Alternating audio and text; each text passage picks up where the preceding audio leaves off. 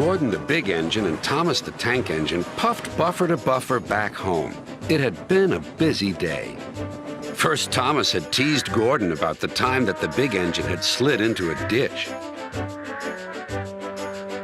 Then Thomas fell down a mine and Gordon came to his rescue. "Remember, Thomas," called Gordon grandly, "united we stand, together we fall. You help me, and I'll help you." "I'll remember," replied Thomas, "but I hope Sir Topham Hatt forgives us soon." Suddenly they noticed something. As the two engines whistled into the sheds, everywhere they looked, they saw paint pots and painters. "Bust my buffers," said Thomas. "What's happening?"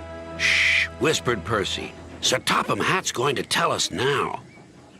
Ladies and gentlemen and engines, I am honored to inform you that Her Majesty the Queen herself is coming here to visit us. Now, on with the preparations." The engines wondered who would pull the royal train. "I'm too old to pull important trains," said Edward. "I'm in disgrace," sighed Gordon. "He'll choose me, of course," boasted James. "You," snorted Henry, "you can't climb hills." "He will ask me to pull the train, and I'll have a new coat of paint." Then the rain came. Henry's driver and fireman covered up their cab to keep dry. A painter was on the ladder above the line. Henry's smoke blew high into the air.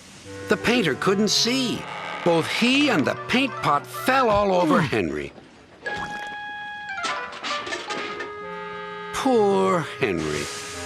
"Well, you're not a pretty picture," sneered the painter.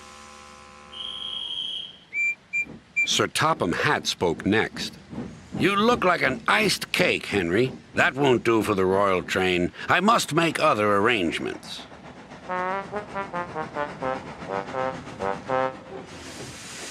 Gordon and Thomas were waiting for him. Please, sir. "One at a time," replied Sir Topham Hatt. "Yes, Gordon?" "May Thomas have his branch line again?" "I think you are both sorry and deserve a treat. Edward will go in front to clear the line. Thomas will look after the coaches, and Gordon will pull the train." The great day came. All the engines worked hard, bringing people to the town. Thomas sorted out their coaches in the yard.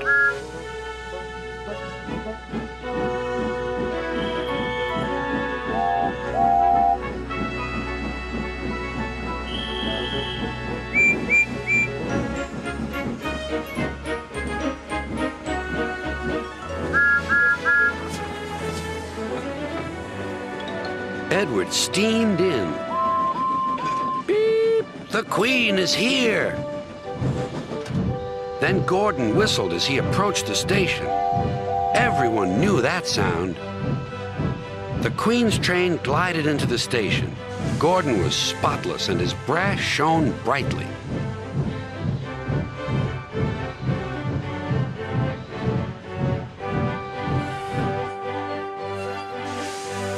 Sir Topham Hatt stood to attention. "Welcome, ma'am." The Queen thanked him for a splendid run and asked to see all the engines. "Beep, beep," whistled Toby and Percy. "Shh," hissed Henry and James.